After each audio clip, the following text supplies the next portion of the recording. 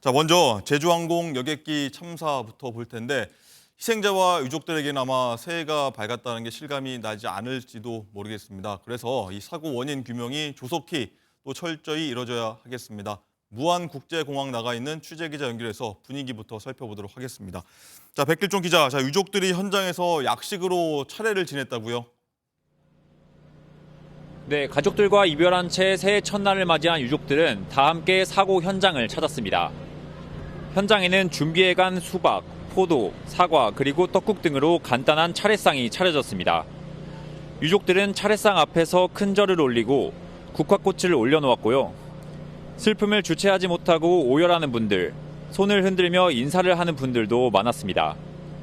공항 식당에는 유족들과 자원봉사자 등을 위한 떡국이 제공되며 소박하게나마 새해 첫날을 기렸습니다. 네, 공항에 합동 분향소가 차려졌는데 많은 시민의 조문이 이어지고 있다고요? 네, 이곳 무안공항에는 유족들의 요청으로 합동 분향소가 설치됐죠. 뒤로 보이는 것처럼 공항까지 찾아온 시민들의 행렬이 공항 밖까지 길게 이어졌습니다. 시민들은 1시간 넘게 기다리기도 하고 무안군 내 다른 분향소를 찾은 뒤 유족들이 있는 이곳을 다시 찾기도 했습니다. 오전엔 세월호 유가족들도 공항을 찾아 위로의 뜻을 전하기도 했습니다. 공항 계단 난간은 희생자들을 추모하는 메모로 가득 채워지고 있습니다. 오늘 오전 당국은 마지막 5명의 신원까지 확인했다고 밝혔습니다. 이로써 희생자 179명의 신원 확인이 완료됐고요. 어제 자정 무렵 50명가량의 희생자에 대한 국과수의 DNA 감식 결과가 추가로 나왔는데요. 이 절차를 거친 희생자의 경우 유가족이 시신을 인도받을 수 있어 앞으로 공항을 떠나 장례를 치르는 유족들이 점점 늘어날 것으로 보입니다. 지금까지 무안국제공항에서 MBN 뉴스 백길종입니다.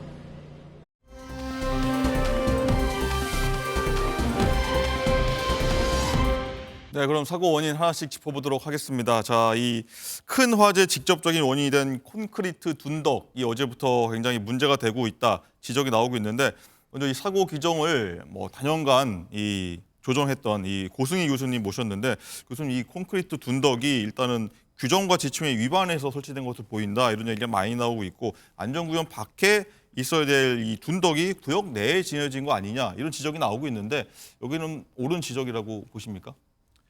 일단은 항공기가 사고가 나서 대파로 이어졌기 때문에 네. 그러한 콘크리트 구조물이 있으리라고는 저연사는 생각을 못했을 것입니다.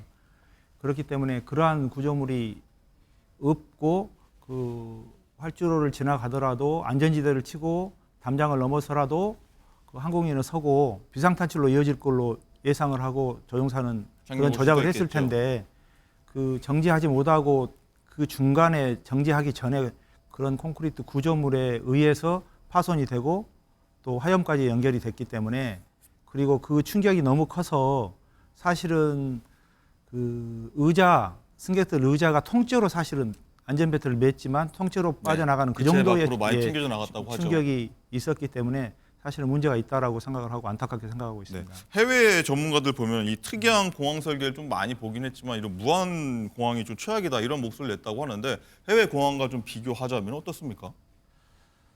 대부분 저희들이 다니는 해외 공항들은 국제 공항이고 또 긴 활주로를 다녔기 때문에 저희들이 혹시라도 동체 착륙을 해서 미끄러져서 내리더라도 잔디밭에 빠지거나 활주로 끝을 치더라도 그러한 구조물이 부서지기 쉬운 구조물이 있어요. 예, 그렇죠? 그렇게 그냥 일반적으로 생각을 하지 네. 어떤 공항은 딱딱한 구조물이 있고 어떤 공항은 딱딱하지 않은 구조물이 있다. 그러한 거에 대해서는 저희들이 각 공항 차트별로 안내가 되어 있지 않고 거기에 대해서는 훈련이나 교육받은 게 없다고 생각합니다. 사실 그렇다면은 어떤 공항이라도 동일한 규정에 따라 동일한 구조물들이 있어야 되는데 그렇습니다. 좀 특이했다라고도 볼 수 있는 특이한 부분이다. 상황입니다. 예. 자, 그런데 이 콘크리트 둔덕, 문제가 되고 있는 콘크리트 둔덕을 두고서 국토부의 입장이 오락가락하고 있습니다. 한번 들어보시죠. 준공됐을 때도 둔덕 형태의 그 시멘트 지지대가 그 안에 들어가 있는 그런 형태로 설치가 되어 있었습니다. 이제 그 뒤에 이제 개량 사업을 진행하면서 약간 30cm 두께의 이제 콘크리트 상판을 설치해서 이제 보강한 그런 상황입니다. 종단 안전구역 밖에 있으니까 저희는 그 재료에 제한을 받지 않는다고 생각을 해서 저 콘크리트 지지대를 갖다가 받친 거거든요. 그렇게. 전국 공항에 설치되어 있는 그 항행 안전 시설에 대한 재질 조사 뭐 이런 것들은 저희가 지금 파악을 좀 하고 있는 중입니다. 뭐 이런 것들을 제가 개별적으로 이렇게 말씀을 드리는 것보다는 또 다른 나라 규정 같은 것도 좀 보면서 그 결과를 가지고 다시 한번 좀 말씀을 드리도록 하겠습니다. 네. 애초에는 일반적이다 이럴 수 있다라고 했는데 보니까 좀 다른 것 같다라고 하는 게 국토부의 오늘 입장이거든요. 손정희 변호사님, 일단은 이런 기준에 저촉된다는 결론을 만약에 나온다고 최종적으로 나온다고 하면은 이 어떻게 보면 이번 참사의 직접적인 원인이 이번 콘크리트 둔덕이기 때문에 파장이 좀 커질 것 같습니다. 네, 뭐 유일한 원인은 아니겠지만 복합적 요인 중에 하나가 규정에 대한 위반 부분이 있고 규정에 위반됐음에도 불구하고 국토교통부가 제대로 관리 감독을 하지 않았다고 한다면 참사의 원인으로 지적될 수 있어서 다양한 요인 중에 국토부의 어떤 인재, 그러니까 시설 관리라든가 관리 감독을 부주의했다라는 지적을 피하기가 어렵습니다. 그렇기 때문에 보시는 바와 같이 브리핑 초기에는 규정에 위반되지 않았다. 다른 외국에서도 비슷한 구조물이 있다라고 해명을 했지만 그 이후에 규정 위반이 아니냐, 이런 규정에 배치되는 설명이다라는 지적이 따르자 규정을 살펴보겠다, 더 확인해보겠다, 그리고 검토하고 알려주겠다라고 하지만 명확한 입장을 지금 제시하지 못하고 있는 것이거든요. 일각에서는 국토부의 뭐 고시나 규정으로 공항안전 운영 기준이라든가 항공 장애물 관리 지침의 어떤 규정이 위반된다라는 지적이 잇따르고 있지만 명확하게 설명하지 못하고 있다는 것은 명확하게 규정 위반이라고 규정 위반이 없다라고 단정하기 어렵다는 겁니다. 그럼에도 초기 브리핑 때 이것을 제대로 확인하지 않고 설명한 거 아니냐라는 비판은 피하기가 어려울 것 같습니다. 네. 관련해서 국토부의 입장이 또 바뀐 게 있습니다. 좀 오락가락한 부분이기도 한데 이 엔진과 이 랜딩 기어 관련 부분인데 여기서도 좀 바뀐 부분 저희가 다시 얘기를 모아봤습니다. 들어보시죠. 예, 통상적으로는 관련이 없어 보입니다. 저희들이 판단하기에 엔진 고장 부분하고 랜딩 기어 고장 부분하고 그게 상호 연동돼 가지고 고장되는 경우는 없는데 이제 정확한 원인은 이제 규명을 해봐야 되고요. 엔진 고장 시 유압계통 이상이 생기게 돼 있어서 랜딩 기어 말씀하시는 거, 랜딩 기어 작동에 이제 문제가 생길 수 있는데 만약에 모든 게 다 고장 났다 그럴 경우는 수동으로 할 수 있는 그 레버가 있습니다. 네. 엔진, 조류 충돌로 인해서 엔진이 고장났다고 했을 때 랜딩 기어까지는 문제가 되지 않을 수 있다고 했다가 이번엔 또 오늘은 다른 아침입니다. 이 랜딩 기어까지 문제가 있을 수 있다. 유압계통에 문제가 있어서 랜딩 기어까지 문제가 있을 수 있다라고 또 말이 바뀌는 부분이라 많이들 헷갈려 하시는 것 같은데 뭐가 맞는 겁니까?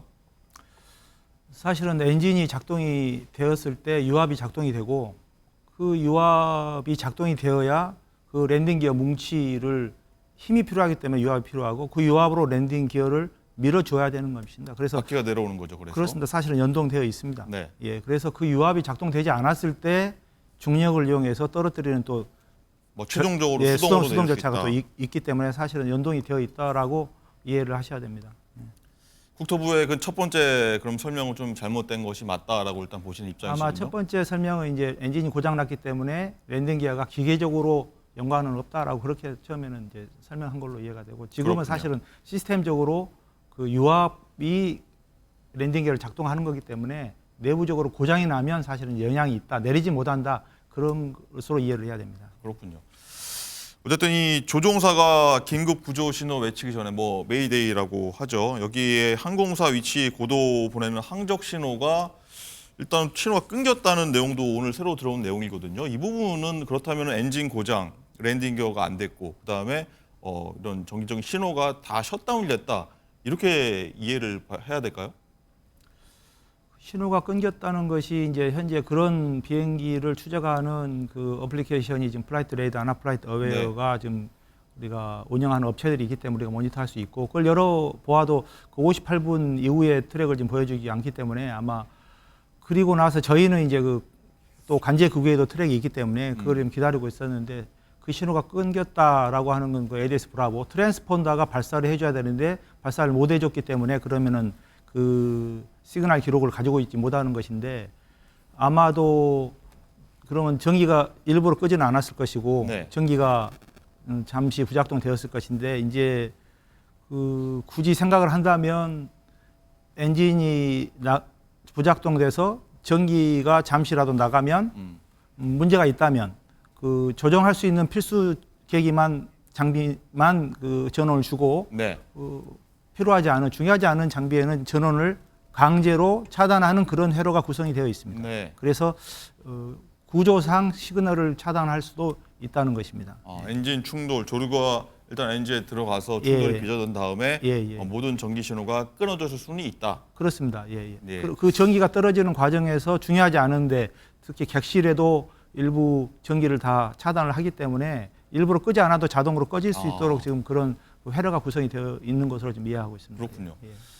어쨌든 그리고 착륙을 시도했을 때 이렇게 동체 착륙을 하면서 속도가 정말 빠르게 활주로를 미끄러져 내려갔는데 그때 들어온 어제 오늘 또 다시 나온 얘기를 보면은 이 조종사가 엔진 부분에 대해서 역추진을 걸면서 좀 제동을 그래도 좀 최대한 살렸던 게 아니냐 이런 얘기도 새로 나온 것 같습니다. 그 부분은 어떻게 되는 거죠?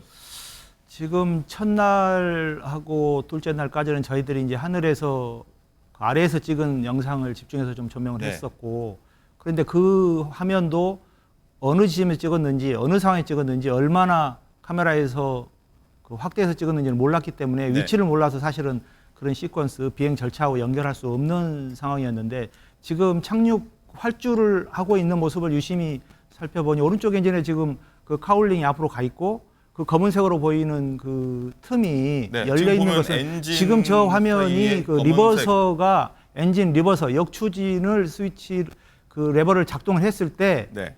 그 리버서가 작동이 된다고 저는 저 그림상으로는 저 보여집니다. 엔진 부분에 검은색으로 된 네. 일자 D가 일단 그렇습니다. 리버서라고 하는 역추진을 걸었다라고 보여진다는 그렇습니다. 거죠? 근데 그 리버서는 네.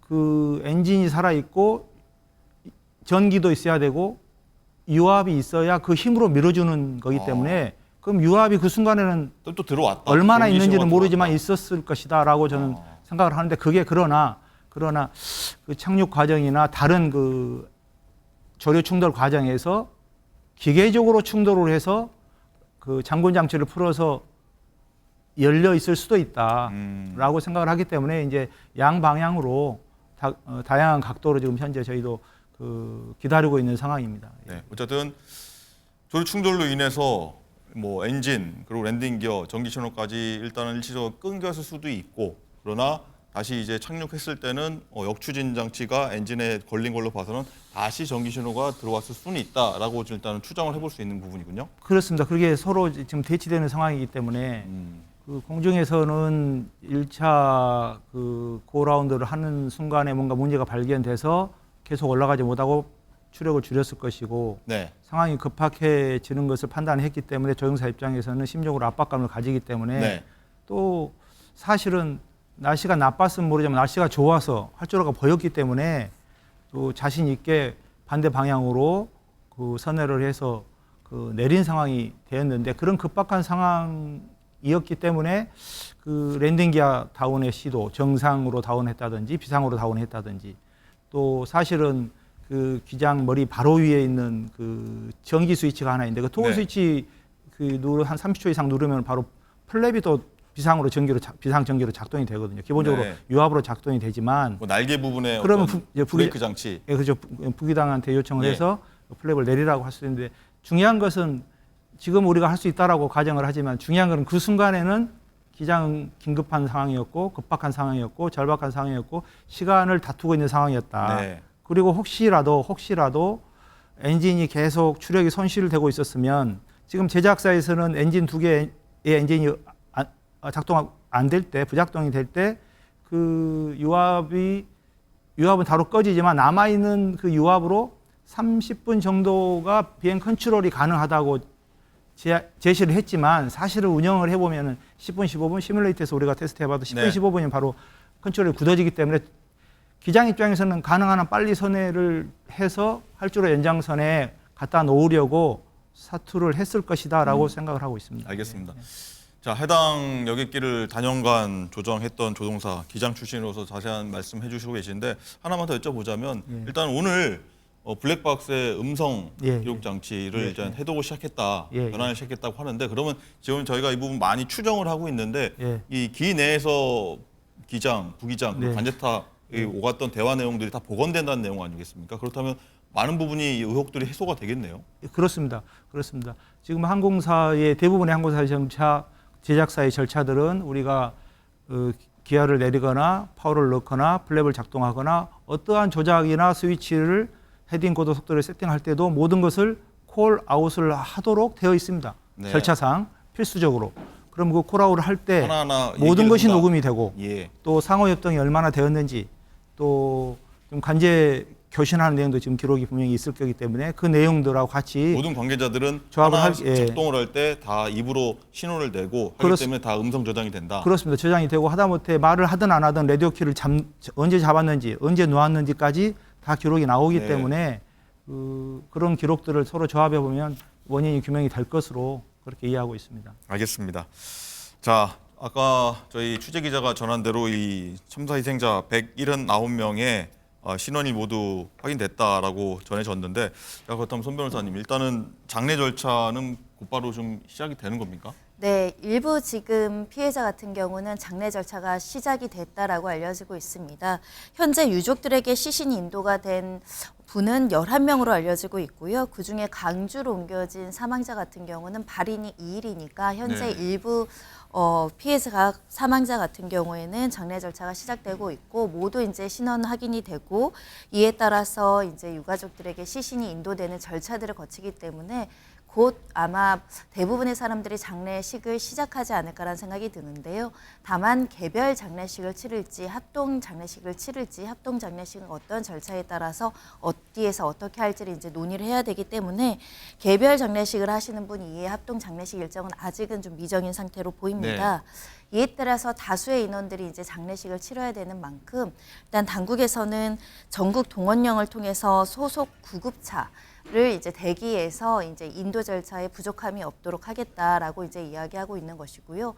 장례식장도 특정 지역에 굉장히 몰릴 가능성이 있기 때문에 현재 국가 재난 대비 지정한 장례식장을 중심으로 지금 안치할 수 있도록 적극적으로 지원한다는 계획을 수립한 상황입니다. 네.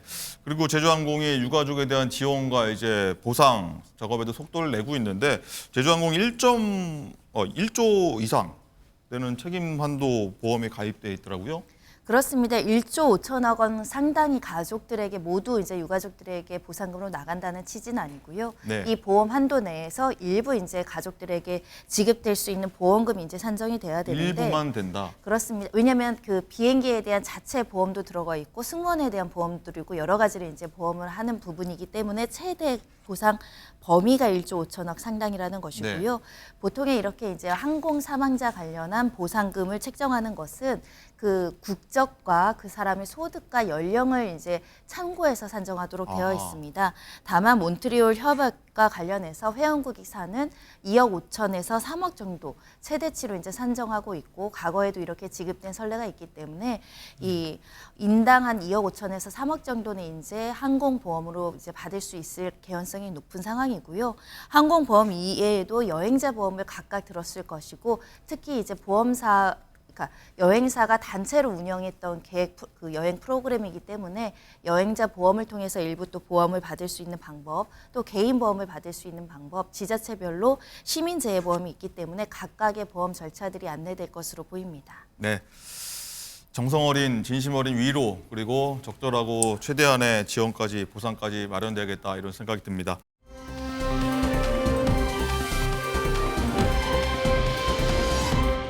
자, 이번엔 정치권 소식도 살펴보도록 하겠습니다. 자, 계엄에 이어 탄핵, 또 권한대행까지 한 달 새 많은 일이 있었고 이제는 윤석열 대통령에 대한 체포영장이 발부돼 탄핵 심판을 앞두고 전국이 어디로 향할지 어지러운 상황이죠. 자, 먼저 한남동 대통령 관저에 나가 있는 취재기자 연결하도록 하겠습니다. 자, 장동건 기자, 지금 관저 앞에 분위기는 어떻습니까?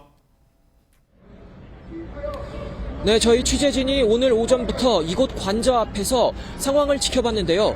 현재까지 윤석열 대통령 체포 수색영장 집행과 관련해 수사기관의 특별한 움직임은 포착되지 않았습니다. 낮 12시부터는 태극기와 성조기를 든 보수단체 회원들이 집회를 열고 탄핵 무효를 주장하는 구호를 외치고 있습니다. 경찰 통제선을 사이에 두고 맞은편에는 탄핵에 찬성하는 지지자들이 윤 대통령 체포를 촉구하며 영장 집행이 이루어지는지 예의주시하고 있는데요. 한때 양측 간 고성과 욕설이 오가기도 했지만 물리적인 충돌은 발생하지 않았습니다. 네, 공수처장이 오는 6일까지인 기한 내 영장 집행 의지를 표명했다고요? 네, 오동훈 공수처장은 오늘 출근길에 기자들과 만나 체포 수색영장 유효 기간인 오는 6일 내에 집행하겠다고 밝혔습니다. 대통령 경호처가 어떻게 나올지가 관심인데 공수처는 어제 경호처에 영장 집행에 협조하라는 경고성 공문을 보냈습니다. 집행에 응하지 않으면 처벌받을 수 있다는 건데 관저 문을 열지 않는 단계부터 공무집행 방해로 판단하겠다는 방침입니다. 오 공수처장은 윤 대통령 측이 공수처가 내란죄 수사권이 없어 체포영장도 무효라고 주장한 데 대해서도 법원의 영장 발부 판단으로 수사권 논란이 종식됐다며 선을 그었습니다. 공수처는 집행 과정에서 벌어질 수 있는 소요 사태에 대비해 경찰 인력 동원 방안을 협의하고 있습니다. 지금까지 한남동 대통령 관저 앞에서 MBN 뉴스 장동건입니다.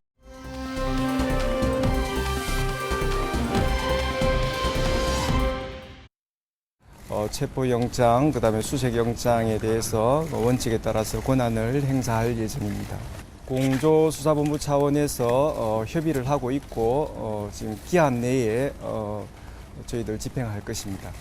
다만 또 그런 사태에 대비해서 경찰과 경찰 인력을 동원하기 위해서 협조를 받고 있습니다. 경호처가 집행을 방해하면 특수공무 집행 방해로 입건할 수 있다 이런 경고 공문도 보낸다고 하셨는데 보냈나요? 예, 이미 그 공문을 보냈습니다. 직권남용 권리행사 방해죄, 특수공무집행 방해죄로 의율할 수 있음을 엄히 경고하였습니다. 네, 오늘 오전에 있었던 오동훈 공수처장 입장을 한번 들어봤는데, 자, 그렇다면 앞으로 이 집행, 발부부터 집행, 또 구금이 된다고 하면 어떻게 이루어지는지 손정희 변호사님 설명 좀 부탁드립니다. 네, 일반적으로 체포영장이 집행되는 과정에는 일단은 피혐의자, 그러니까 피의자에게 영장 청구서를 제시를 하고요. 미란다 원칙이라든가 이런 것들을 고지하게 되어 있습니다. 그 과정에서 이 어떤 영장 집행을 거부하는 경우에는 일정 부분 이제 무력이나 외압이나 이런 걸 행사해서 확보하는 과정을 거치게 되는데요. 네. 그런 일은 뭐 예견하기는 좀 어려운 상황이 아닐까 생각이 드는데요. 그런 다음 신병이 확보되면 구금 장소로 지정된 서울구치소로 이송이 될 계획이고요. 여기서 대기를 하다가 수사기관의 수사의 필요성에 의해서 가천 청사 내지는 지정된 장소에서 이제 조사를 받을 가능성이 매우 높습니다. 이렇게 조사를 받고 난 다음에는 수사기관 입장에서는 48시간 이내에 구속영장을 청구할지를 이제 결정을 해야 되고 청구할 것이 어느 정도 예견되는 상황입니다. 그렇다면 48시간 이내에 구속영장이 발부된다라고 한다면 그로부터 20일, 그러니까 수사를 할 수 있는 기간 20일이 부여된다라고 보시면 될 것 같고 20일 중에 10일은 공수처에서 수사하고 10일은 검찰에서 수사하는 것이 조율된 상황이기 때문에 최장 20일의 수사기간 동안 대통령의 피혐의 사실에 대해서 조사를 한 이후에 기소 여부가 판단될 것으로 보입니다. 체포가 된다고 하면 구속까지 이어질 수 있다, 이런 말씀이시군요.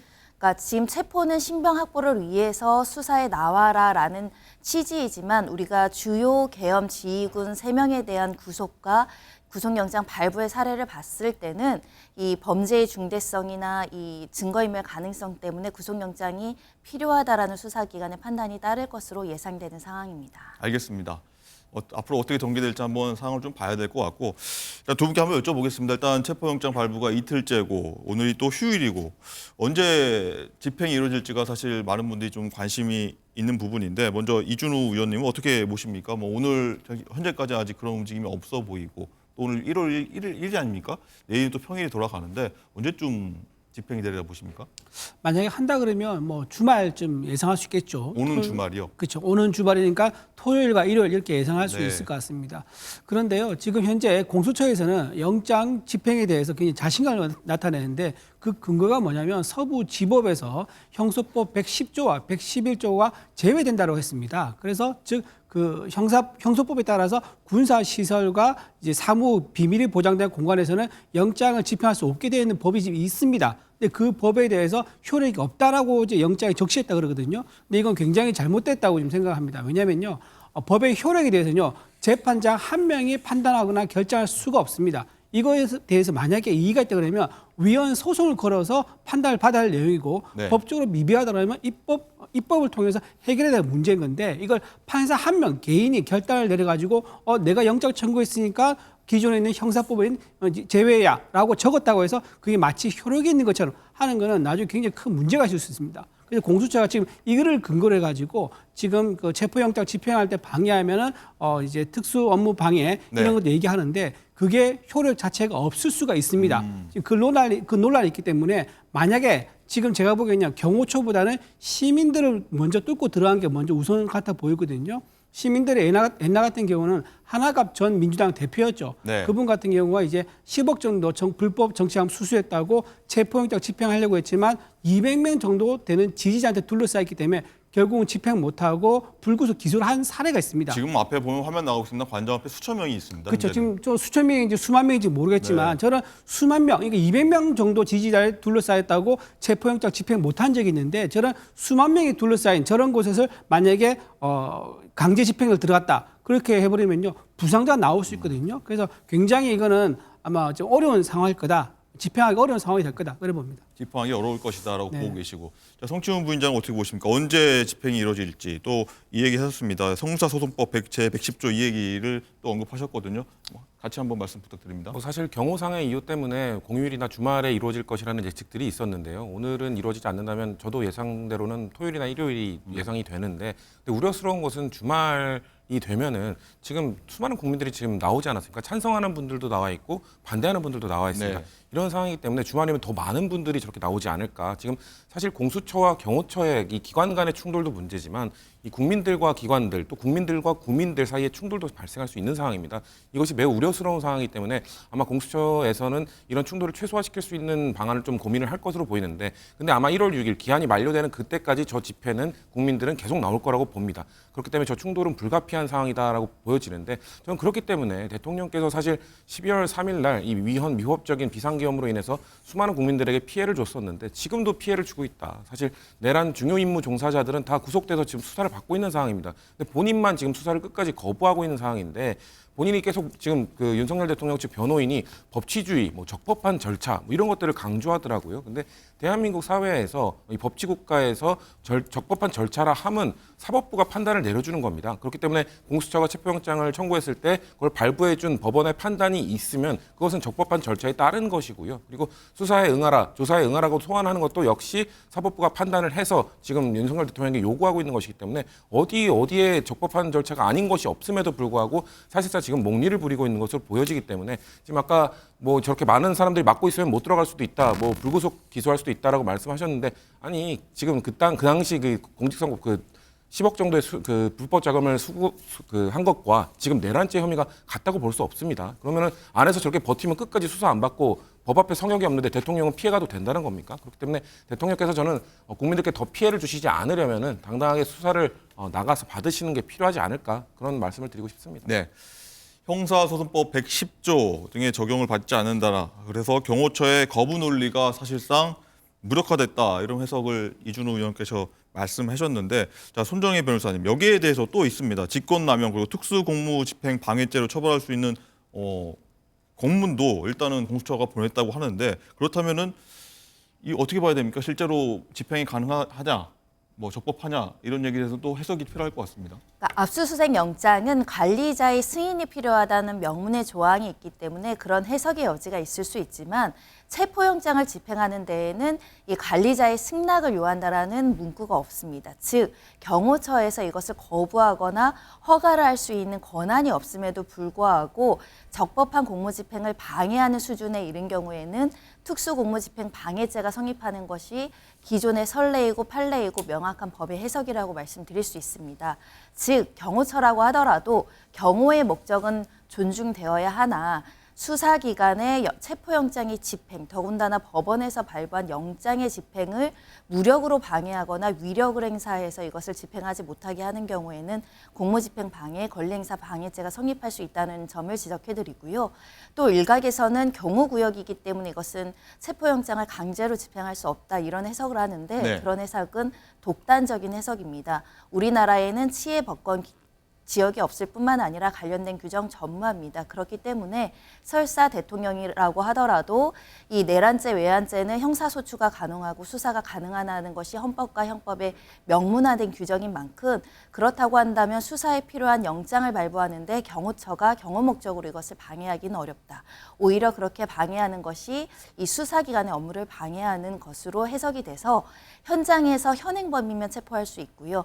또 범죄의 중대성, 긴급성이 인정이 되면 긴급 체포가 될 가능성이 있기 때문에 경호처도 대한민국의 공무원인 이상 이 수사기관과 법원의 적법한 절차에 따를 의무가 있는 게 아닐까 합니다.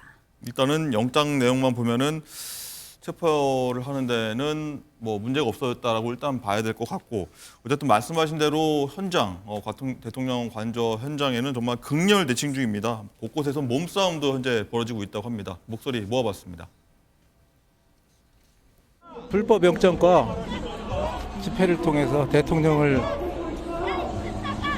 체포한다는 얘기를 듣고 저희가 국민으로서 이런 불법적인 요소에 동의할 수가 없기 때문에 체포되는 그 과정을 보고 싶어서 이렇게 나왔습니다. 파면이 되고 체포되고 구속이 돼야 우리나라가 지금 살잖아요. 마찰이 발생돼서 다만 그 구체적으로 어떤 그 인명에 피해가 생기는 그런 불상사는 없도록 돼야 되겠고 그와 관련해서 우리가 담당을 하고 있는 경찰이나 이런 데 적절하게 얘기를 할 생각이고 또 우리 시민들 여러 가지 다른 생각을 가진 시민들도 각자 잘 자제를 해서 그런 불상사는 있지 않도록 그렇게 해 주실 것을 이 자리를 빌어서 다시 한번 부탁을 드립니다. 네, 뭐 많은 우려가 나오고 있습니다. 시민들도 둘로 사실 쪼개져서 체포를 빨리 해야 된다, 안 된다. 그리고 보셨지만 관저로 들어가는 입구가 굉장히 좁아갖고 인명사고가 좀 날 우려가 굉장히 크다는 분석이 나오고 있는데 자, 손정희 변호사님 여기서 좀 해법이 좀 필요할 것 같습니다. 누구도 다치면 안 되지 않습니까? 어떤 식으로 좀 절차가 이루어진다고 보십니까? 윤 대통령의 결단이 남아있는 것 같습니다. 이렇게 불미스럽고 또 많은 시민들이 안타까워서 저렇게 밤새 대치하고 이렇게 국력을 낭비하는 것보다는 수사는 시간을 지연시킬 수 없습니다. 수사를 받으셔야 됩니다. 수사 절차 자체도 필요하다라는 것이 윤 대통령 측 입장입니다. 다만 헌재 심판을 받고 수사기관의 수사를 받겠다고 하지만 그 수사의 어떤 주도권이라는 건 수사기관이 정하는 것이고 윤 대통령이 수사기관의 수장 아니었습니까? 검사 출신의 검찰로서의 어떤 사법 집행기관을 어떻게 보면 대표하는 사람인데 지금 수사기관이 수사가 필요합니다. 나와주십시오 3번을 외쳤는데도 불구하고 나오지 않는 모습보다는 이 법 앞에 평등하고 법치주의 절차에 따라서 나의 무죄를 입증해 나가겠다. 그게 좀 더 지지자들한테도 좀 당당한 모습이 아닐까라는 생각이 들어서요. 이 어떻게 보면 뭐 경호차의 논란 또는 지지자와 또 아닌 사람들의 어떤 다툼 이런 것들을 조금 불식시키기 위해서 오늘 중으로 언제 나가서 조사를 받겠다 입장을 정리하기를 기대하고 그걸 기대하기 위해서 공수처에서도 체포영장을 발부받은 게 아닌가라는 생각을 해봅니다. 네, 이준 의원님 일단은 손 변호사님은 일단은 대통령 결단이 필요한 부분이다라고 말씀하시네요. 네, 그 윤석열 대통령 측 변호인단이죠. 입장을 이제 일관되게 내고 있는 거는요. 네. 헌재의 판단이 우선이다라고 입장을 내는데 그 입장에 근거가 있습니다. 그게 선례가 있기 때문이죠. 박근혜 네. 전 대통령 탄핵 때도요. 탄핵 심판할 때 그때 같이 형사적인 부분을 같이 봤습니다. 뭐였냐면요, 강요법, 그다음에 뇌물죄, 강요죄, 그다음에 뇌물죄 이거를 같이 헌재에서 다뤄가지고 탄핵이 인용이 된 이후에 형사재판 넘어갔거든요. 그런 선례가 명백하게 있기 때문에 지금 그 같은 탄핵인데 왜 여기서부터 새로운 적용을 해야 되느냐 이 문제가 있을 수 있는 거고요. 그래서 따라서 헌재에서 만약에 인용된다라고 하면은 그때서는 이제 형사로 넘어갈 수 있겠죠. 그러지 않은 상태에서 그걸 같이 하는 것은 굉장히 좀 부당하다. 그리고 현재 뇌물 직권남용, 그러니까 내란 혐의에 대해서는요 진술이 굉장히 많이 엇갈립니다. 지금 경찰에서는 뭐 재판장 체포까지 있었다는 얘기 나왔지만 국정에서는 그 아니라 부인하고 있지 않습니까? 이게 다르거든요. 엇갈리고 있는 상황에서 지금 검찰에서 조사한 김용현 국방부 장관에 대한 조서도 아직 공수처로 넘어가지 않은 상황입니다. 네. 그렇다면 공수처가 윤석열 대통령을 출석시킨다 한들 무엇을 가지고 조사할 수 있겠습니까? 조사하려면요, 비교할 수 있고 모순점 찾아야 됩니다. 그런데 김용현 장관의 조서도 보지 못한 상태에서 윤석열 대통령에게 신문에 난 거 가지고 질문할 수 없지 않습니까? 아마 그 공수처에서도 좀 준비가 덜 돼 있는 상태인 것 같고요. 아까 그리고 잠깐 말씀하셨는데 체포영장에 형사소송법 110조는 적용되지 않는다라고 쓰여 있는 그 문구 있지 않습니까? 네. 그 문구에 대한 판단을 좀 이번에 해야 된다. 왜냐하면 그 판사 한 명이 법에 대한 적용, 이건 무효야, 적용 안 해도 돼라고 어떻게 결정할 수 있습니까? 아무도 누가 그런 권한을 준 적이 없거든요. 헌법재판소까지 그 부분도 가야 된다고. 그렇죠. 그것도 거기서 위헌 소송을 해가지고 여기서 판단을 받아야 됩니다. 그래서 현재 이 공수처의 체포영장 청구 자체부터 먼저 판단을 받고 나서 그게 아마 그렇게 오래 걸리지 않을 겁니다. 그 판단 받고 나서 절차적으로 가야 하는 게 맞다. 그리고 선례를 존중하는 게 맞겠다고 생각합니다. 네, 송치훈 부의장님, 일단은 모두가 처음 겪는 일이라서 법들도 상충하고 충돌되는 부분이 많은 것 같아요. 이준우 의원님 말씀대로 한번 이 조정이 필요할 것 같습니다. 그렇죠. 그런데 그럴 때 대한민국에서는 이런 법에 대한 해석이 갈릴 때 그거 판단을 누가 하도록 되어 있죠? 사실 사법부가 하도록 되어 있는 겁니다. 헌법재판소가 그에 대해서 판단을 내려주면 그것을 따르면 되는 것이고요. 지금 대법원에서도 법원에서도 뭔가 체포영장 발부라든지 이런 것들에 대한 판단을 내려주면 사실 이번에 서부지방법원에서 체포영장을 발부해 준 것도 이거 내란죄에 관련해서 공수처가 이걸 해도 되는가에 대한 판단까지 같이 해준 것이거든요. 그렇기 때문에 그런 사법부의 판단을 존중해줘야 되는 것임에도 불구하고 계속해서 뭔가 오히려 법을 어기고 있는 분들이 적법한 절차를 외치고 있는 게 참 모순적이다는 말씀을 드리고 싶고, 지금 대통령에 대한 내란죄에 대해서 중요 임무 종사자들의 증언이 엇갈린다? 저는 그렇게 보지 않습니다. 사실상 증거는 점점 더 명확해지고 있습니다. 왜냐하면 지금 중요 임무 종사자 그리고 가담자들의 증언들 끌어내라, 그리고 망치로라도 깨라, 아니면 총으로라도 쏴서 들어가라, 이런 얘기들을 했다는 게 드러나고 있지 않습니까? 근데 그런 증언들을 하는 사람들, 중요 임무 종사자들은 그런 말들을 함으로 인해서 본인들의 죄가 중해집니다. 더 죄가 가중되기 때문에 그런 거짓말을 할 리가 없는 것이거든요. 그렇기 때문에 이런 엇갈렸을 때 그 사람들이 거짓말하고 있다라고 지금 윤석열 대통령 변호인 측에서는 주장을 하고 있지만, 국민들이 봤을 때 그리고 상식적으로 봤을 때도 그들은 솔직하게 그냥 자백을 하고 있는 것이다. 그렇기 때문에 지금 내란죄 혐의는 점점 더 명백해지고 있기 때문에 헌법재판소의 탄핵과 관련된 심판을 제대로 된 심사를 하기 위해서는 이 형사 관련된 내란죄 관련된 수사도 동시에 진행되면서 헌법재판소의 그 수사 결과들을 중간중간 보고하면서 탄핵 심판에 영향을 줄 수 있는 자료로서 활용될 수 있는 그런 역할을 해야 되는 것이죠. 그렇기 때문에 네. 저는 이런 정상적인 절차가 지켜지길 바란다는 말씀 드리겠습니다. 어쨌든 두 분 다 말씀하신 대로 윤 대통령 측 변호인은 이번 영장은 불법이고 무효다, 이렇게 주장을 하고 있습니다. 목소리 들어보도록 하겠습니다. 권한 없는 기관에서 청구한 영장이 발부됐다는 것이 놀랍고, 이런 불법적인 또 영장 청구가 발부된다는 것이 이 법치주의에 맞는지, 이런 불법적인 영장 청구는 불법 무효라는 입장입니다. 향후 출석 통보가 오더라도 그분께서는 출석을 지금처럼 안 하시겠다는 계획이신가요? 적법 절차에는 응한다는 생각이십니다. 영장 집행 전에 먼저 출석하시거나 출석 조율하실 입장은 없으신지. 적법 절차가 진행되면 거기에는 당당하게 응할 것입니다. 네, 불법, 무효다, 적법 절차대로 하겠다라고 윤 대통령 변호인 측에서 얘기를 했는데, 그렇다면 손정혜 변호사님, 이 윤 대통령 측이 할 수 있는 법적 대응 방안은 여기서 있습니까? 뭐가 있을 수 있겠습니까? 만약에 체포영장이 무효다라고 주장하면 체포영장을 다투는 방법을 우리 법에서는 체포적부심을 신청하라고 절차를 규정하고 있습니다. 네. 그런데 체포적부심으로 다투지 아니하고 헌재에 가처분을 신청한다라고 어떻게 보면 일방적 주장을 하고 있는 것인데요. 우리가 체포영장이 발부된 피의자가 헌재에서 가처분할 전례가 단 한 건도 없습니다. 그러니까 그런 절차는 존재하지 않고요. 이 체포심의 유무효라든가 체포적부심이 정당하지 않다라는 주장은 체포적부심으로 해야 함에도 불구하고 다른 주장을 하는 부분이 사실 법률가로서 좀 안타까운 측면이 있다, 이렇게 말씀드릴 수 있고, 특히 관련된 규정을 살펴보면 왜 서부지방법원에서 했느냐라는 것을 의문을 제기하는데요. 공수처법에도 근거 조항이 있고, 이 관할과 관련해서는 보통 피의자 주소지, 범죄 발생지 관할에 할 수 있다는 조항이 있을 뿐만 아니라 공수처에서도 1심 중앙지방법원이 관할이나 단 그 범죄 발생지라든가 피의자 주소지에 할 수 있다라는 근거 조항이 있습니다.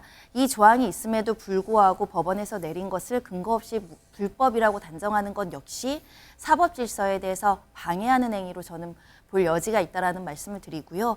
아까 굉장히 위험한 발언을 하셔서 이거 하나는 꼭 말씀드리고 싶습니다.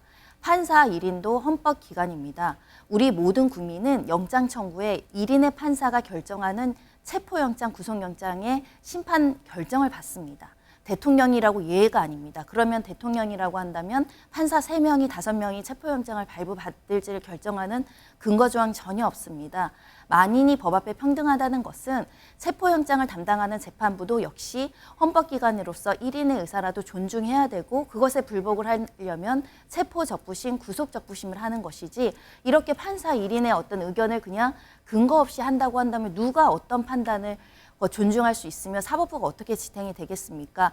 따라서 저는 판사 1인이 한 결정이라고 믿기 어렵다 또는 근거 없이 불법 무효다 이렇게 주장을 한다는 것은 어떻게 보면 법원 출신, 검사 출신, 변호사 출신들이 해야 될 이야기는 아닌 것 같습니다. 네, 이준우 의원께 한번 더 여쭤봐야 될 것 같습니다. 일단은 헌재 판단을 기다려봐야 되는 거 아니냐라는 말씀하셨는데 손정인 변호사님은 아니다라고 말씀하시네요. 이제 제가 아까 말씀한 게 약간 오해가 있으신 것 같아요. 네. 제가 말한 건요, 판사 한 명이 체포영장 발부한 건 판사 고유권은 맞습니다. 하지만 이 체포영장이 들어있는 문구가 문제라고 제가 말씀드렸습니다. 형사소송법 110조 등은 제외를 한다, 적용받지 않는다라고 했는데요. 이 판단을 어떻게 판사 혼자 할 수 있냐는 거죠. 왜냐하면 판사는 법에 적용되는 것 여부는 판사 혼자 판단할 수 없습니다. 있는 법에 따라서 그 법에 의해서 판단하고 유무죄를 따지는 거죠. 증거와 같이 함께. 그런데 어느 법은 적용해서 제외된다. 어느 법은 배척된다라고 하는 것은 굉장히 좀 판사로서 좀 적합하지 않았다. 이렇게 생각하고요. 네. 그리고 지금 공수처는요. 현재 공수법에 따르면 직권 남용과 뇌물죄에 대해서 수사만 할 수 있습니다. 즉 내란죄에 대한 수사할 수가 없습니다. 네. 그래서 공수처가 체포영장을 발부한 주체가 되는 것 자체가 이제 문제가 있는 거고요. 그리고 아까 잠깐 말씀하셨지만 서부지법에 지금 영장을 청구했거든요. 근데 왜 서부지법에 영장을 청구했습니까? 이때까지 공수처는요, 총 7번의 영장 청구한 적이 있는데 전부 다 서울중앙지법에 있었습니다. 단 한 번도 다른 지법에 한 적이 없어요. 근데 이번에만 서부지법에 했거든요. 왜 그러냐면요. 아까 말씀드린 것처럼 공수처 자체가 체포영장 청구한 주체에 문제가 있습니다. 그러다 보니까 서울중앙지법을 하면 이게 기각될 수가 있는 거예요. 그래서 지금 누굴 피했냐면 남청구 영장 전담 판사가 있습니다. 네. 이 판사가 어떻게 얘기했냐면요.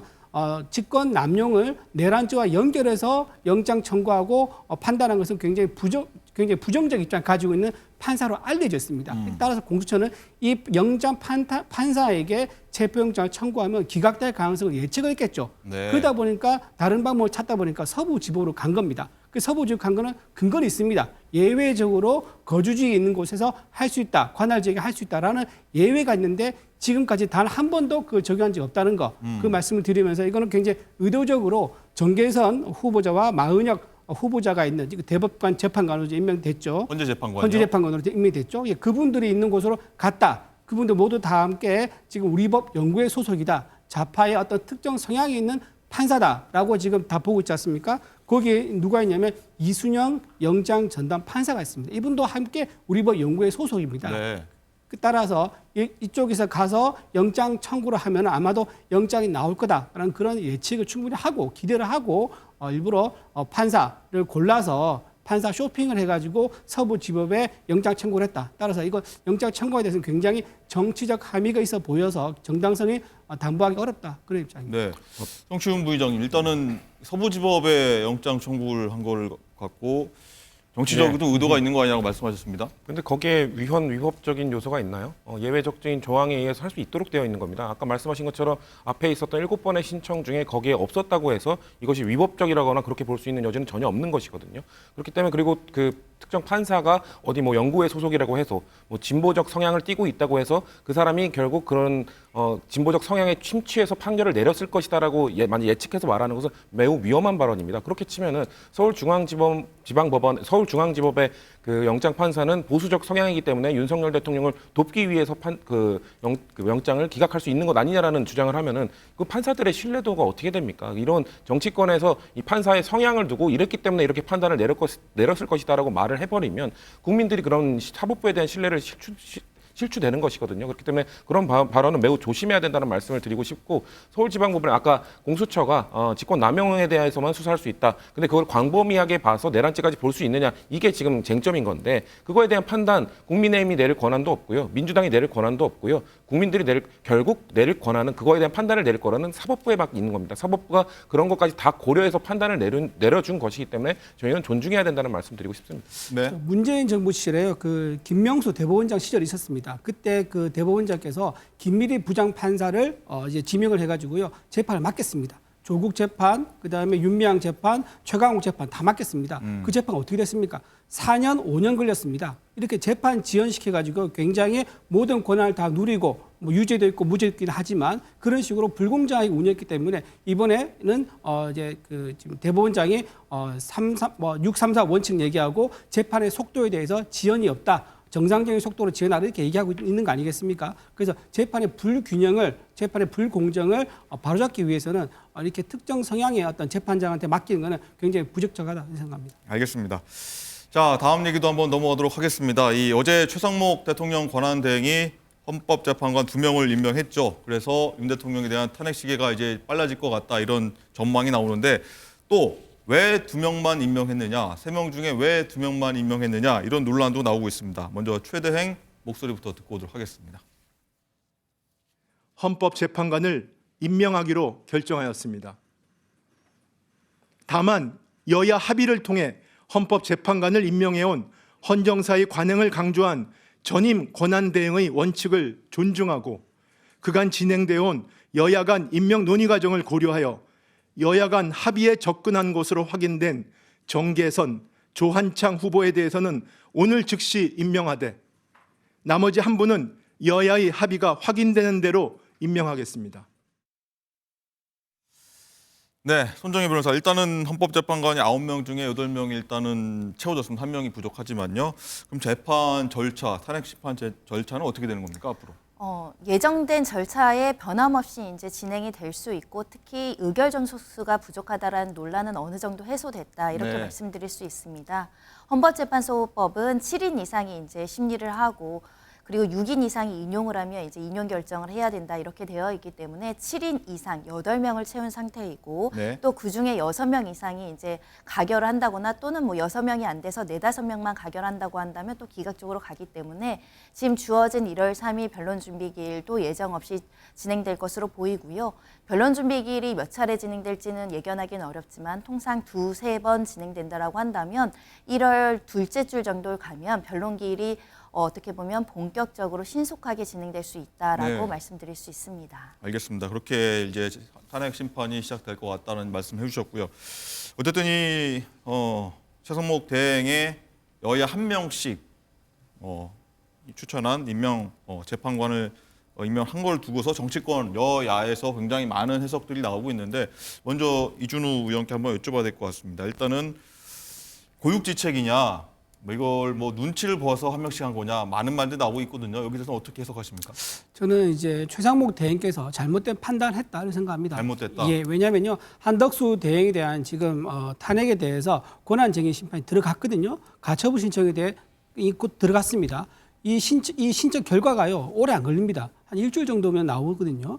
근데 한덕수 대행이 지금 200명의 탄핵 정족 가결수냐, 151명이 탄핵 전족 가결수냐, 이거를 지금 일주일 뒤면 알 수가 있는데 그걸 왜 이렇게 서둘러서 하는지는 이해할 수 없습니다. 왜냐하면요, 만약에 가처분 신청이 인용이 되지 않습니까? 그럼 한덕수 총리가 돌아올 수 있습니다. 돌아오게 되면요, 최상목 대행이 임명한 임명권이 무효가 될 수 있습니다. 무효입니까? 무효가 될 수 있습니다. 이거 논란이 있는 거죠. 대혼란이 오는 겁니다. 그렇기 때문에 일주일을 정도 기다리는 것은 굉장히 현재 이 상황에서 엄중한 사안이기 때문에 그렇게 급한 건 아니었을 겁니다. 근데 왜 도대체 일주일 기다리지 못하고 임명을 했는지 저는 도저히 이해할 수가 없고요. 또 하나, 지금 2명을 임명하고 1명 임명 안 했지 않습니까? 거기에 대해서는 굉장히 또 이해가 안 되는 게, 지금 저 권한 대행이 뭐 예를 들면 계엄 선포 이런 거 할 수 없습니다. 당연하죠. 외교권도 행사할 수 없습니다. 왜냐? 대통령의 고유의 권한이고 대통령의 고도의 정치적 판단이 들어가기 때문입니다. 여기에 포함된 게 뭐냐? 바로 임명권입니다. 계엄권이라든가 외교권, 임명권처럼 인사 같은 경우는 고도의 정치적 판단이 필요하기 때문에 이거는 가능한 적극적으로 행사하지 말고 소극적으로 행사하는 게 다수설입니다. 그런데 이런 식으로 3명을 전부 다 보류하라는 게 한덕수 총리의 판단이었는데 그거를 존중하지 않고 이렇게 뒤집어 가지고 2명을 임명하고 1명을 제외시켰다. 이런 정치적 판단을 어떻게 할 수가 있습니까? 이것도 굉장히 좀 선을 어긋났다. 그래서 최상목 대행이 어제 국무회의에서 이런 말을 했다고 합니다. 내가 월권을 행사했다. 인정한다. 그래서 본인도 아마 알고는 있다고 생각합니다. 네, 자, 이 부분은 손정혜 변호사한테 한번 여쭤봐야 될 것 같아요. 법적 해석을요. 일단은 한덕수 총리가 이제 가처분 신청한 거에 대해서 만약에 인용이 된다고 하면은 일단은 이준우 의원께서는 한덕수 총리가 돌아올 수 있다. 그럼 권한대행이 다시 살아난 거다. 그러면 이번 헌재 재판관 임명은 무효될 수도 있다고 말씀하셨는데 이 부분은 맞습니까? 그러니까 소급효냐 장래효냐의 문제에 있어서 이 직무정지 상태가 풀려서 다시 복귀한다고 하더라도 그 다음 순위인 권한대행이 했던 행정행위라든가 여러 가지 행위가 무효로 되진 않습니다. 그런 만큼 그 무효에 대한 어떤 국정 공백의 어떤 혼란 가능성은 매우 낮은 상황이고요. 특히 가처분 같은 경우도 이미 헌재에서 이 관련한 그 탄핵 심판과 관련한 절차가 유효하다라는 전제로 탄핵 심판 사건 부여를 부여한 만큼 가처분도 인용 가능성이 사실상 굉장히 낮은 상황이다라고 말씀드릴 수 있습니다. 네. 자, 이준우 의원께서는 일단은 여당 쪽에서도 아마 좀 반발이 나온 부분을 좀 말씀하셨는데 권성동 원내대표도 마찬가지로 좀 이건 아니다라고 좀 얘기하는 부분이 있는 것 같습니다. 한번 목소리 듣고 오도록 하겠습니다. 국무회의에서 충분히 논의한 다음에 최 권한대행께서 그 결정을 했으면은 헌법 원칙에 부합이 될 텐데 그런 과정을 생략하고 본인의 그런 의사를 발표한 것은 좀 독단적인 결정이 아니었나 이렇게 보이고 거기에 대해서도 강한 유감을 표명합니다. 어저께 그 헌법재판관 임명 부분은 굉장히 유감스러운 부분이고 그에 따라서 뭐 책임과 평가 이런 부분은 피하지 못하고 그런 부분이 언젠가는 따를 것이다. 국회 추천목 3인의 헌법재판관을 선별해서 임명하거나 거부하는 것 자체가 삼권 분립에 대한 몰이해이고 위헌적인 발상입니다. 대통령도 거부할 권한이 없는데 권한대행이 선별 거부하는 것은 옳지 않습니다.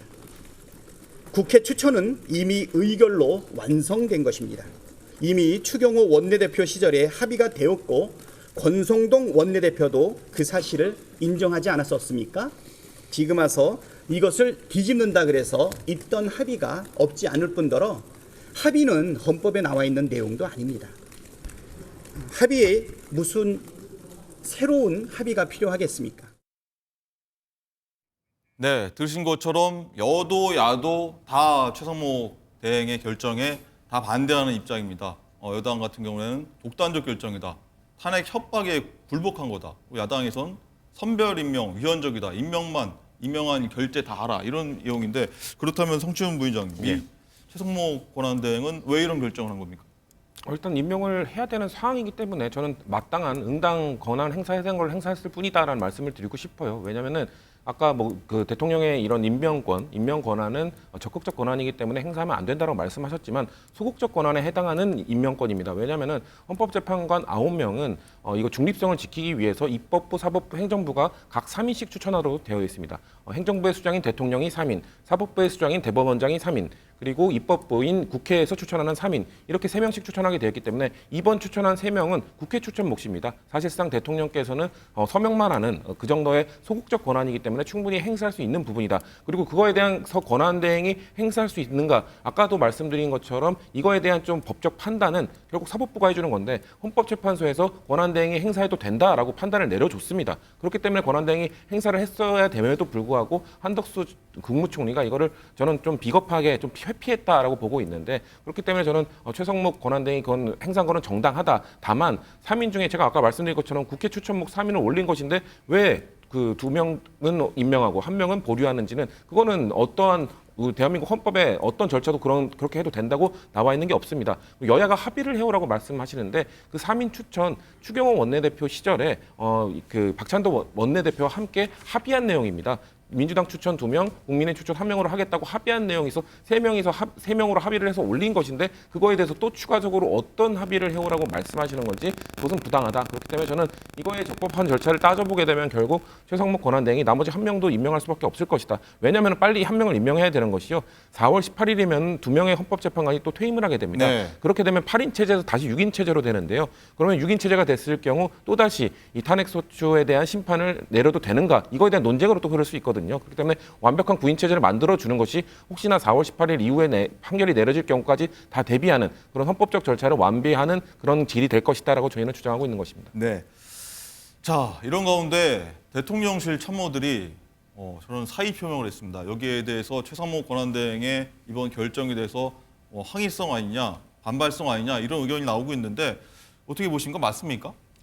그렇게 봐야겠죠. 대통령실도 그렇고요. 당에서도 그렇고 이제 분명히 반대 의견을 냈습니다. 냈는데도 불구하고 또 전임 한덕수 대행도 반대 의견을 했지 않습니까? 그런데 독단적으로 아무런 국무위원과 논의조차 하지 않고 독단적으로 결정해서 발표를 했단 말이에요. 네, 뭐 국무회의 때 뭐 고성도 갔다고 하죠. 그렇죠. 예, 그래서 국무회의에서 고성도 가고 내가 그러면 지금 당장 사의를 표명하겠다라고 하니까 내가 월권한 거 인정한다. 나도 사의를 고민해보겠다. 뭐 사퇴할 용의가 있다. 이런 식으로 말을 했다 하더라고요. 네. 근데 이런 상황을 만든 거는요. 최상목 이제 대행의 책임인 거고 1차적 책임인 거고요.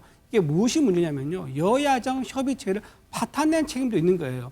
지금 이 상황에서 국정 안정이 제일 큰 우리 목적 아니겠습니까? 제일 큰 중요한 사안인데 민생 안전, 경제 안정, 그다음 외환 금융 문제 이런 것도 다 안정화시켜야 되는데 지금 여야정 협의체를 해도 서둘러도 부족한 판인데 지금 여기서 여야정 협의체 당에서도 지금 반대를 하고 있고 정부 뒤에 있는 이제 대통령실도 다 반대하고 국무위원들조차도 전부 다 최상목 대행에 대한 불신임을 표출했단 말이에요. 그러면 무슨 권한을, 무슨 대표성을 가지고 여야정 협의체에서 정부 역할을 할 수 있겠습니까? 그래서 저는 여야정 협의체 파탄낸 것에 대해서는 최상목 대행이 굉장히 큰 책임이 있다 이런 겁니다. 네, 홍춘 부장님. 예. 일단은 그 국무회의에서 최상목 대행 독단으로 왜 결정하냐면서 고소항이 오갔고 일부 보도에 따르면 최상목 대행이 눈시울도 붉혔다 이런 얘기 나오고 있고 또 여당 쪽에서 나온 얘기는 탄핵에 굴복한 거 아니냐 이런 얘기도 나오지 않습니까? 어떻게 봐야 됩니까? 전 거기서 고성을 질렀다는 국무위원들에게 대묻고 싶은 게 왜 12월 3일 밤에는 고성을 지르지 않았습니까? 12월 3일 날 어떻게든 고성을 질러서 대통령이 비상계엄 선포하는 걸 막았어야죠. 그거에 대해서 막지도 못한 분들이 이제 와서 그 위법한 비상계엄을 선언한 사람에 대한 재판이 탄핵 심판이 제대로 이루어질 수 있도록 헌법재판관을 임명하는 절차에 대해서 그것을 왜 독단적으로 했냐고 할 권한이나 자격이 있다고 생각하십니까? 저는 없다고 보거든요. 그렇기 때문에 그분들이 본인의 과거에 대한 반성이나 할 것이지 왜 최상목 권한대행의 그런 결정에 대해서 이렇게 타박하는지 아마도 저는 보여주기 위함이다. 지지자들, 강성 지지층에게 뭔가 우리가 이런 것들을 끝까지 반대했다는 모습을 보여주기 위함이다라는 그런 일종의 퍼포먼스라고 저는 보고 있는데 근데 이런 행위들 왜 헌법재판관 임명을 이렇게 미룰까요? 이렇게 왜 반대할까요? 6인 체제로 심판이 됐을 때 가장 유리한 건 누굽니까? 윤석열 대통령입니다. 왜냐하면 6명 중에 1명이라도 반대를 하면 기각이 되기 때문에 최대한 적은 수의 헌법재판관으로부터 판단을 받고 싶은 게 윤석열 대통령이기 때문에 그거에 대해서 동조해주고 도와주고 최대한 연기시키려고 하고 있는 국민의힘 사람들의 발언 이런 것들은 저는 결국 내란 수계 혐의자인 윤석열 대통령을 돕고 있는 것이다. 방탄하는 것이다. 이런 비판에서 자유로울 수 없기 때문에 그런 국무위원이나 국민의힘 비대위원장 이런 분들 그런 발언을 자중하는 것이 좀 필요하다고 보고 있습니다. 네. 조금 전에 영상 나갔습니다만 오늘 오전에 국립현충원 장면이 나왔습니다만 최상목 권한대행 그리고 정진석 비서실장이 지금 방금 이 모습입니다. 둘이 대화를 나누고 있거든요. 이준호 의원은 어떻게 보십니까? 저 부분에서 사의를 표명하겠다라는 말을 저때한 건지 아니면 뭐 어제 결정을 한 건지 뭐 시점에 대해서도 좀 미묘한 차이가 좀 있을 것 같습니다. 아니 아마도 현충원 저 자리에서 하지는 않았을 것 같고요. 네. 왜냐하면 방송 카메라가 많은데 그 자리에서 누가 바로 취재하거나 보거나 바로 하면은 공식화되지 않고 네. 논의하는 단계에서도 이게 밖에 나갈 수 있는 거 아닙니까? 그래서 공식화는 이제 그런 과정을 거쳤다 그러면 어제 아마 결심한 것 같아요. 그리고 지금 오늘도 좀 혼란스러운 보도가 나왔는데 네. 정진석 비서실장 것만 사표를 수리했다라는 또 보도가 나왔었거든요. 또 아니라는 얘기도 또 아니라는 얘기 나고 지금 아직 예. 결정이 뭐가 지금 사실은 팩트 확인이 안 됐습니다. 네. 이런 혼란을 만든 것에 대해서는 최상목 대행께서 굉장히 미숙한 대행 업무를 하고 있다 이렇게 좀 봐야 될 것 같아요. 그렇다면은 현재 수리가 되든 안 되든 그렇다면은 만약에 수리가 된다고 하면 또 공백이 생기지 않습니까? 대통령실 그렇죠. 참모들이 네네. 다 부족하다면 네. 그러면 뭐 정진석 실장 같은 경우에는 뭐 액션을 취했다 이렇게 좀 봐야 됩니까? 결국은 사표가 거부될 거 반려될 걸 알고 뭐 액션 취했다 저는 뭐 그걸 뭐 그러니까 받아주지 않을 걸 알고 그냥 던졌다 이제 이렇게 보기는 어려울 것 같고 실제로 네. 정말로 나는 이런 대행 체제에서는 못하겠다 그런 진짜 진심이 담겨 있었을 것 같아요. 그래서 강력한 반대 의지로 표현을 한 게 아닌가 이렇게 생각됩니다. 알겠습니다. 이렇게 우리 정치권 소식까지 한번 살펴봤습니다.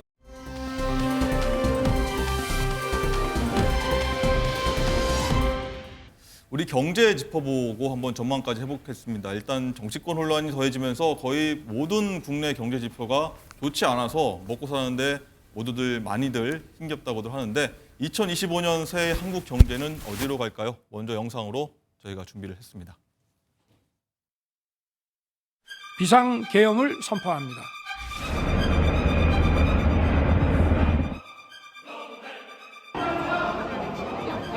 실물 경제 충격이 발생하지 않도록 24시간 철저하게 챙기겠습니다.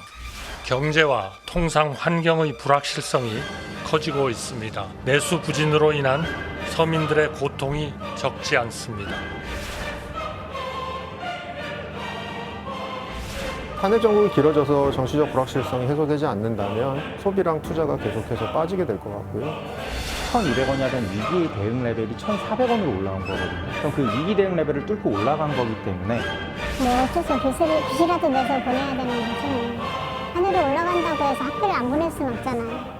한국에 다시 돌아야 되는 그런 분위기도 어느 정도 조성이 되는 것 같아요. 비싸서도 많이 해가지고 일부러 내렸어요. 해외 신인도 부분에서 저희한테 많이 불안해하고 있어요. 원재료 수급하는 과정에서 부담이 많은 거죠.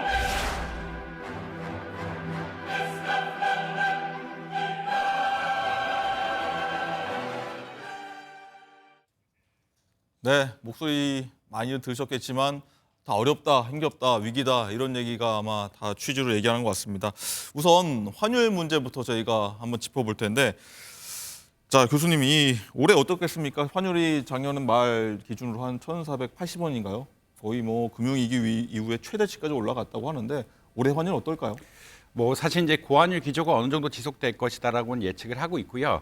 이런 것의 근본에는 아무래도 미국과 한국의 이제 경기 차이, 그러니까 경제 성장률 차이가 나타나 있다라고 보시면 될 것 같습니다. 아무래도 미국 경제 성장률이 오히려 한국의 경제 성장률보다 높을 거로 예측이 되고 있고요. 이게 인구 문제라든지 AI 전환의 다양한 문제들이 겹쳐 있어서 이렇다라고 보시면 될 것 같고 성장률이 높다는 거는 금리가 높다는 이야기로 보시면 됩니다. 왜냐하면 성장률이 높다는 거는 투자의 수익률이 높다는 이야기고 투자의 수익률이 높다는 얘기는 금리 역시 높아 그에 따라 높아질 수밖에 없는 이런 구조라고 보시면 될 것 같고요. 네. 이렇게 이제 흔히 말해서 환율이 올라갈 환경이 조성된 상황에서 최근에 이슈들이 많죠. 이슈들이 많다는 게 예를 들어서 미국이 내년에 기준금리를 낮추는 거를 조금 덜 하겠다라는 뉴스가 크게 나왔고요.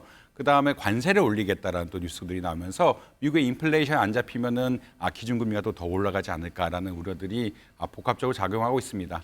반대로 한국은 이제 최근에 통화신용에 대한 내년에 대한 어떤 전망들이 많이 나왔는데 한국은행에서 이야기하는 것은 아무래도 소상공인이라든지 내수 경기가 어렵기 때문에 금리를 좀 낮추겠다라고 이야기하고 있거든요. 네. 그 말은 어떤 거냐면 기준금리 격차가 상당 기간 지속될 것이고 특히나 불확실성이 트럼프 행정부에 대한 불확실성이 아직 해소가 되지 않은 상태에서는 고환율 기조, 뭐 1,400원, 뭐 특히나 또 환율 금리가 좀 덜 미국 금리가 덜 떨어질 것 같은 이벤트들이 발생하게 된다면 네. 1,500원까지 갈 수도 있는 이런 상황이 조성됐다라고 말씀드릴 수 있을 것 같습니다. 우리 뭐 정치 상황이 좀 안정된다고 하면은 조금 환율이 좀 낮아질 가능성 좀 있습니까?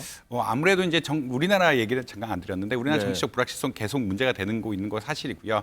뭐 국가 신인도에는 아직까지 영향을 미치지 않고 있다라고 생각을 하고 있는데 네. 아무래도 이제 미국하고 통상이라든지 관세라든지 이런 다양한 협상을 해야 되고 이런 것에 따라서 결국 우리나라 수출이라든지 미국의 성과가 결정되는 것이거든요. 그러니까 달러 수급에 영향을 미칠 수 있는 요인들이기 때문에 우리나라 정치적 불확실성이 해소가 돼야 아무래도 환율이 조금 낮아지는 데 기여를 할 수는 있다. 그렇지만 이제 펀더멘탈 요인, 불확실성 요인 이 모든 것들이 지금은 약간 고환율 기조를 지지하는 이런 상황이다라고 아마 이해하시면 될 것 같습니다. 네. 어쨌든 환율 1,500원 시대가 올 경우 굉장한 타격이 있을 거라고 다들 예상하시는데 새해 물가도 굉장히 불안합니다. 특히 이제 농수산품, 그러니까 흔히 말 우리가 먹는 것에 대한 먹고 사는 물가들이 굉장히 부담된다고 이야기하고 있고요. 사실 뭐 배라든지 사실 작년에 사과 대란 이런 이야기 나올 정도로 금사가 얘기 나왔었죠. 금사가 얘기 나왔죠. 금사가는 그 작년부터 재작년부터 작년 올해 거치면서 어마어마하게 올랐다라고 이야기하고 있고 배도 작년에 비해서 한 70% 올랐다고 이야기하고 있거든요. 그만큼 올해 전체 물가 상승률은 한 2%대인데 농산물 물가 상승률이 10%대가 넘으면서 특히나 이제 1월에는 설 같은 게 있지 않습니까? 설 같은 게 있으면 계절적으로 과일 수요 같은 것들이 늘면서 과일 가격이 또 많이 올라가는 이런 양상들이 발생할 수밖에 없거든요. 그래서 1월에 사실은 이제 농수산물을 중심으로 해서 물가 상승을 부추기는 것이 아니냐라는 우려가 분명하다라고 보시면 될 것 같고 이것이 사실은 뭐 기후 변화까지 관련된 구조적인 문제이기 때문에 쉽사리 또 해결될 수 없다라는 것이 뭐 서민들의 시름을 자극하는 이런 모습이라고 아마 이해하시면 될 것 같습니다. 쉽사리 해결할 수 없다가 좀 뭐 듣는 입장에서도 안타까운데 어쩌면 정부 입장에서 또 우리들 국민 입장에서는 어떻게 좀 잘 대응을 해야 될까요? 앞에 안 보입니다. 뭐 일단은 정부 입장에서는 단기적인 대책이 있고요. 뭐 중장기적인 대책이 있다라고 이야기할 수가 있는데 단기적으로는 아무래도 할당 관세 같은 것들, 수입품에 대해서 특히나 수입 과일에 대해서 할당 관세 같은 것들 낮춰주면서 수입 물가를 싸게 해주는 이런 경향 만들 수 있다라고 보시면 될 것 같고요. 농수산물 식품 바우처라는 것도 있습니다. 바우처 제도를 도입해서 농수산물을 살 때는 이 바우처를 사용해서 서민들이 가격을 좀 싸게 살 수 있는 소비를 좀 저렴하게 할 수 있는 이런 기회들을 만들어야 된다라고 아마 이해하시면 될 것 같습니다. 이게 단기적인 제안이라고 보시면 될 것 같고 근데 이게 아까 말씀드린 것처럼 기후 변화에 관련된 장기적인 문제이기 때문에 한국 역시 이제 스마트 농업 체제로 가야 되는 것이 아니냐. 지금은 굉장히 소영농인들이 굉장히 많이 하고 있는데 기업 영농, 스마트 영농, 스마트 축산까지 해서 이런 것들이 한꺼번에 가야 되는 게 아니냐라는 논의들이 많이 나오고 있다. 왜냐하면 한국이 특히나 수입에 대한 의존도 높은 상황에서 국내의 어떤 것들마저 이렇게 가격이 흔들리게 되면은 식료품 물가를 도저히 잡을 수가 없거든요. 그렇다는 얘기는 기업 그리고 관리 이런 것을 통해서 중장기적으로는 체계적으로 농수산물 가격을 안정시킬 수 있는 방안, 기후 변화에 대응할 수 있는 방안들을 정부에서 이제는 좀 마련해야 될 때가 온 것이 아니냐 이렇게 많이들 보고 있는 것 같습니다. 자, 말씀 듣다 보니까 희망적이진 않다라는 생각이 좀 현실적으로 드는데 좀 반전시킬 방법은 없을지도 궁금합니다. 이제 그러니까 작년 올해가 좀 어려운 해가 될 것이 아니냐라는 의견들이 많고요. 아무래도 수출 같은 것들은 수출 같은 것들은 반도체를 중심으로 작년에 역사상 최고액을 기록했다, 역대 최고액을 기록했다라고 해서 긍정적이긴 하지만 내수 경기가 좀 많이 붕괴되어 있거든요. 내수 경기가 붕괴되어 있기 때문에 아까 한국은행에서도 기준금리를 좀 적극적으로 낮추겠다라는 이야기를 하고 있는 상황들인데 결국은 기준금리가 좀 빨리 떨어지는 것이 가장 좋은 해법이다. 아무래도 소상공인이라든지 건설 경기가 이런 기준금리에 굉장히 밀접하게 영향을 받을 수밖에 없기 때문에 건설 경기가 살아나려 그러면 자본 조달 금리가 싸져야 되고 이런 것들을 해서 부동산 어떤 가격이라든지 수익성이 나야 되는데 건설 경기 역시 부동산이 굉장히 금리에 굉장히 민감하고요. 소상공인은 사실 2020년부터 2025년까지 빚이 굉장히 많이 늘었거든요. 이런 빚 부담을 해결하기 위해서는 물론 소상공인에 대해서 보증을 제공한다든지 이런 혜택이 있을 수도 있지만 전반적으로 좀 기준금리가 낮아지는 방향으로 갈 수밖에 없는 게 사실이고 이것이 한국은행에서 이미 관측을 하고 있기 때문에 좀